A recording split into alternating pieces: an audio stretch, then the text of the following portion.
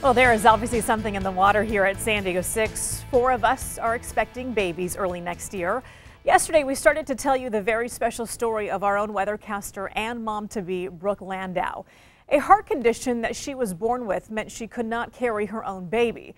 So she and her husband, Tony, went a less traditional route. They hired a gestational surrogate, and this is where our story picks up again.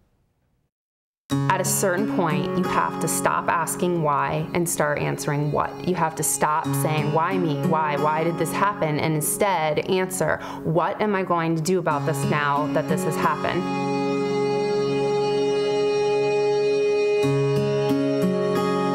When San Diego 6 weathercaster Brooke Landau found out that she could not physically carry her own baby, a surrogate was the only option. The surrogate agency Brooke and her husband Tony hired found the perfect match, Amy and Ricardo Ramirez. The two couples met face-to-face for the first time over pizza. It literally is like online dating, like a first date. You get a profile, you get pictures. Do I want to have a first date? Yeah. How did the first date go? I had told them from the beginning, you know, we're in this with you guys. So if it doesn't work the first time, we'll do it again. 1, 2, 3. So it didn't hurt. That was good. Both Brooke and Amy went through weeks of nightly shots. Brooke was getting her body ready to have eggs removed, and Amy was preparing to implant an embryo, but not before lots and lots of medical tests. We got good news. Yay! Some good medical news. What was the good news? No sexually transmitted diseases. Me neither. No sexually transmitted diseases. She's like, oh, by the way, you're gonna have to go with me and do blood work. I was like, why me? Like, why do I gotta get blood drawn? Once the tests came back clear and contracts were signed, Fingers crossed. Fingers crossed. 15 or more eggs. 15 or more. 15 or more. Brooke went in for the egg retrieval. There she is.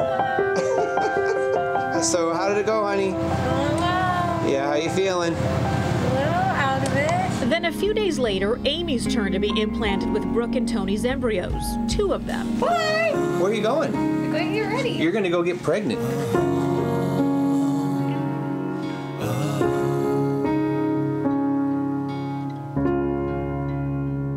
Ultimately, when you're done with the transfer, you see your uterus and you see these 2 little bright white spots, and you know that your baby is between those 2 inside the uterus. Dr. Irene Sue from UCSD Reproductive Medicine says the biological parents can literally watch the transfer take place, but she warns everyone, it doesn't always work on the first try. Usually about 9 days after the transfer. So 9 days after the transfer is the first pregnancy test. Meanwhile, Amy began taking pregnancy tests at home, and slowly but surely, that faint line became darker and darker.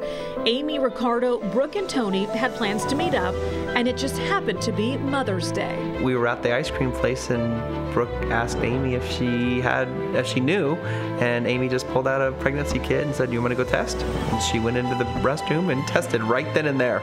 Brings it out. Brings it out. And she laid it on the table. Perhaps these smiles in these pictures tell you the outcome. All of a sudden, it got real. It got wow, real. because you don't expect it to work on the first try. Completely awesome, unbelievably awesome. It's just, I think we were all cheering for them. Even though 2 were implanted, one of the embryos was a success. Dr. Sue says this was the best case scenario, a perfectly healthy baby.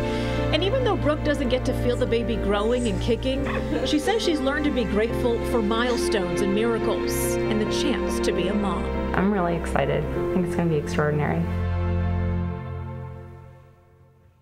Goosebumps, right? Wow. Yeah, that was the latest 4D image of the baby, which, by the way, is due January the 19th. And if you haven't heard yet, it's a boy.